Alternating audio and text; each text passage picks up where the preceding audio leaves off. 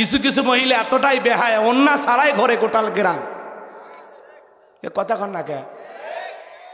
একটা মহিলা যদি ওড়না ছাড়া ঘরে, দেখতে কি খুব ভালো লাগে? বিচ্ছিরি লাগে, মানে রাস্তাতে একটা পতিতে যাচ্ছে। এক কথা কন। কোন সম্ভ্রান্ত ভদ্র ফ্যামিলির মেয়ে বোরকা ছাড়া বাহিরে যেতে পারে না। কথা বলেন ঠিক না? নারী কভারের ভিতরে থাকলে সুন্দর থাকবে। নারীর কভারের নাম হলো পর্দা।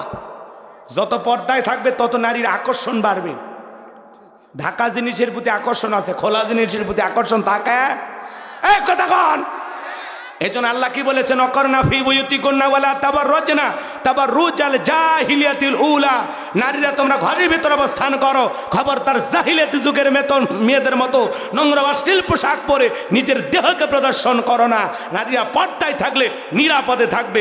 পর্দা নারীকে সিকিউরিটি দেবে। পর্দাশীল নারীর ওপরে আল্লাহর রহমত নাজিল হবে। কোন সম্ভ্রান্ত ভদ্র ফ্যামিলির মেয়ে বোরকা ছাড়া বাহিরে যেতে পারে না, পারে না, পারে না। অনেক মা বোন বোরকা পরে কিন্তু পায়ে মোজা লাগায় না। এই মা গো, এই পাটা হলো পর্দার অন্তর্ভুক্ত। একটা নারীর পায়ের আঙ্গুল দেখে একটা ছেলে পাগল হতে পারে। আরে নারীর পা থেকে মাথা পর্যন্ত খালি আকর্ষণ। এ পুরুষ হয়ে থাকলে ঠিকটা ভালো করে কও। একটা নারীর চোখ দেখে একটা ছেলে রাতের ঘুম হারাম হতে পারে। আল্লাহ এত আকর্ষণ দিয়েছে নারীর ভিতর, আর চুল দেখেও কে প্রেমে পড়তে পারে। কথা হ্যাঁ, রাগ করতেছে। এই জন্য মা ঢাইকে রাখো নিজেরই। মানুষের সামনে এইভাবে ওপেন করে আর দেখায়ও না। যেই নারীর ভিতরে লজ্জা আছে, শরম আছে, আল্লাহর ভয় আছে, যেই নারী আখিরাতকে ভয় করে, জাহান্নামকে ভয় করে, কবরকে ভয় করে, যার শরীরে মুসলমানের রক্ত আছে, ওই নারী কখনো বেপরদায় চলতে পারে না, পারে না, পারে না। যেই নারীর ভিতরে লজ্জা নাই, শরম নাই, হায়া নাই, নিজের ইজ্জতের দাম যেই নারীর কাছে নাই, সেই নারী নিজেকে খোলামেলা প্রদর্শন করে। যেই নারী নিজের ছবিটাই ফেসবুকে দিয়ে ফেলেছে, ওই নারীর ভিতরে কোনো লজ্জা নাই, কোনো শরম নাই। নষ্ট গাড়িটাকে ঠিক করা যায়, কিন্তু নষ্ট নারীকে ঠিক করা যায় না। কথা বলে ঠিক না? ও মা, ও বোন, এখনো সময় আছে। মা, নিজের দাম বাড়াও, পর্দায় ঢোকো, পর্দায় থাকো, তোমার দাম বাড়বে, তোমার মর্যাদা বাড়বে। প্রত্যেকটা নারী যদি এখনো সিদ্ধান্ত নেয় যে আমরা বোরকা ছাড়া ছোটবেলা থেকে বাহিরে যাব না, বিশ্বাস করেন একজন নারীর বিয়ের সময় যৌতুক দেওয়া লাগবে না। কিন্তু ওরা রাস্তাঘাটে এমন দেখাইছে যেটার বাজারে চলতেইছে না। আর বাপ মা বিপদে পড়ে, বাবা হুন দিয়ে নিয়ে যায়, 1 লাখ টাকা নিয়ে যা, খাট নে, 3 পিস নে, যা পারিস নিয়ে যা, তাও আমাকে বাঁচা। এমনি আপনার মেয়ের বিয়ের সময় যৌতুক নেওয়া লাগতেছে। যৌতুক দেওয়া হারাম, নেওয়াও হারাম। কথা কন। আপনার মেয়ে যৌতুক দেওয়া লাগবে কেমন মেয়ে তৈরি করছেন? উল্টো আপনার মেয়ে মহারানা দিয়া আপনার মেয়ের প্রাপ্য অধিকার দিয়ে নিয়ে যাবি। প্রত্যেকটা পুরুষের দায়িত্ব নারীর মহারানা পরিশোধ করে ঘরে তোলা। প্রত্যেকটা নারীর অধিকার স্বামীর কাছ থেকে মহারানা পাওয়া। যারা বিয়ে করেছেন বউয়ের মহারানা দেননি, তাড়াতাড়ি দেন, না হলে কিয়ামতের ময়দানে জিনাকারী নারী পুরুষের কাতারে দাঁড়ান লাগবে। বইয়ের মহারানা কয় টাকা দিছেন? দিয়ে দেন। কথা কন না কেন? পরিষদ হাসবেন, কিন্তু এখনো সময় আছে। দিয়ে মাপ সব নিয়ে নেন, অর্ধেক দেন, দিয়ে মাপ নেন, কিন্তু পুরোটা ফাঁকি দিলে আপনার বউ মাপ দিবি না। হ্যাঁ, মহারানা দিয়ে দেবেন তো ইনশাল্লাহ। আচ্ছা, রাগ করতেছেন মনে হয়। আজকের বর্তমান সমাজকে নষ্ট করে 1 নম্বর অস্ত্রের নাম হলো এই মোবাইল। কথা বলেন ভাই, এই মোবাইলের ওজন কম, কিন্তু মোবাইলের মাধ্যমে পাপের ওজনটা অনেক বেশি। কথা বলে ঠিক না? সারা রাত যুবক যুবতী ইউটিউব ইন্টারনেট ঘাটাঘাটি করে, ইমো মেসেঞ্জারে চ্যাটিং করেন, জানালা দরজা লাগায় কম্বলের ভিতরে ঢুকে উল্টাপাল্টা ভিডিও দেখ, সেই ভিডিও। কথা কন, কথা কন। দেশে বলবো, রাগ করবেন না। দেশে মোবাইল আইছে চিঠি বন্ধ হইয়াছে দিওয়ানা বানাইছে পোলা মাইয়ার মনের কথা ভাসে বাতাসে দেখো পোলা পানের মন বাদা ফেসবুকে এখন মোবাইলে চ্যাটিং কইরা কাটায় সারাক্ষণ এই মোবাইল পাইয়া দেখো মদনের মাইয়া এই মোবাইল পাইয়া দেখো রমজানের মাইয়া কি কাণ্ড ঘটাইছে স্বামী সংসার রাইখা নাকি পালাইয়া গেছে স্বামী সন্তান রাইখা নাকি পালাইয়া গেছে দুই বাচ্চার মা চার বাচ্চার মা পরকে প্রেম করে আর একটা ছেলের হাত ধরে পালিয়ে যায় যে নারী স্বামী রেখে সন্তান রেখে আর একটা পর পুরুষের হাত ধরে পালিয়ে যায় ওটা নারী জাতির কলঙ্ক পাষাণী ডাইনি রাক্ষসী মহিলা কেমনে পারলি মা ও বোন কেমনে পারলা স্বামী রাইখা বাচ্চা রাইখা আর একটা পর পুরুষের হাত ধরতে কেমনে পারো কথা কয় না আমার এলাকার এক মহিলা 4 বাচ্চার মা ভেগে গেছে ওর জীবনে আর আছে কি কথা কয় না চাচা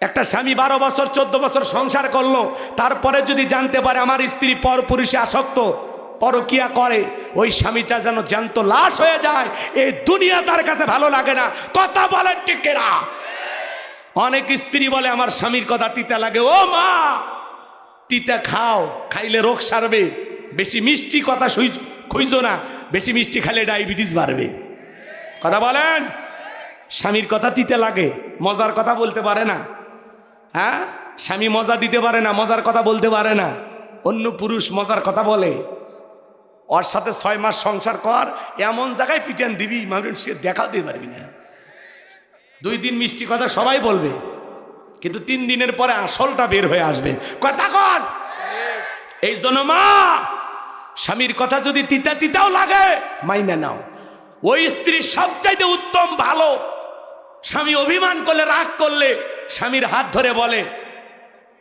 ওগো জ্যোৎস্নার বাপ তুমি আমার উপর খুশি না হওয়া পর্যন্ত আমি তোমার হাত ছাড়বো না আজকে তুমি আমার উপরে খুশি না হওয়া পর্যন্ত আমি আজ খাবো না ঘুমাবো না কি বলেন এরকম বউ দরকার আছে না না কিন্তু আপনি রাগ করে থাকলে ও আরো খুশি হয় এরকম বউ আছে না না স্বামী রাগ করাতে বউ যদি খুশি হয় বুঝে নেবেন ওর ভিতরে আর একজন আছে ওর ভিতরে ওর মনের মধ্যে আপনি নাই কথা কর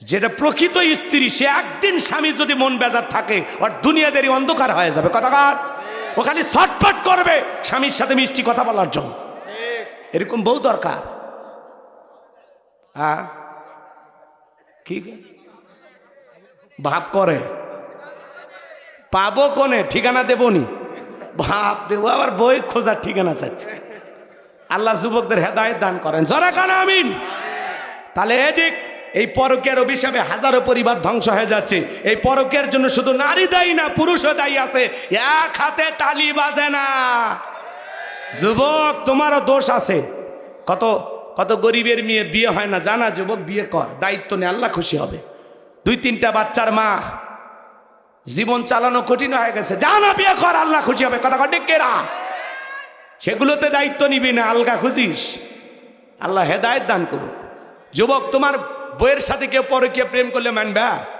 মাইনা নিবা নাকি তাহলে যার সাথে পরকীয়া প্রেম করো ওইটা তো কারো কারো না কারো না কারো বউ কারো না কারো মা কারো না কারো মেয়ে একটু লজ্জা লাগে না একটা মেয়ের স্বামী আছে সেই দিকে তোর নজর তোর রুচি এত খারাপ তোর রুচি তো হিরো আলমের সেই তো খারাপ কথা কর না কেন রাগ করতেছেন আল্লাহ যুবকদের হেদায়েত দান করেন যারা এখন আমিন আর কথা বাড়াবো না আমার বিন মুগিরার মা বলতেছে বাবা রে ব্যবসা বাণিজ্যের কাজে তোর বাবা এতটাই ব্যস্ত থাকতো তোর বাবা ব্যবসা জেনে টাকা চেনে তোর মায়ের মন বোঝে না বাড়ির আশেপাশে তোর চাচা ঘুর ঘুর করতেছিল তার দিয়া ভালোবাসা বিনিময় হয়েছে তার ফলে তোর জন্ম হয়েছে নবী যে তত্ত্ব দিয়েছে 100% সত্য তোর বাপ তোকে জন্ম দেয় নাই তোরে জন্ম দিয়েছে তোর চাচাই বুঝে নেবেন বাজান আজও নবীকে গালি দিবে যারা অবৈধ যারা সন্তান তারা তুমি আমারে গালি দাও মাইনে নেব দলকে গালি দাও মাইনে নেব, আমার বাপ মাকে গালি দাও মাইনে নেব,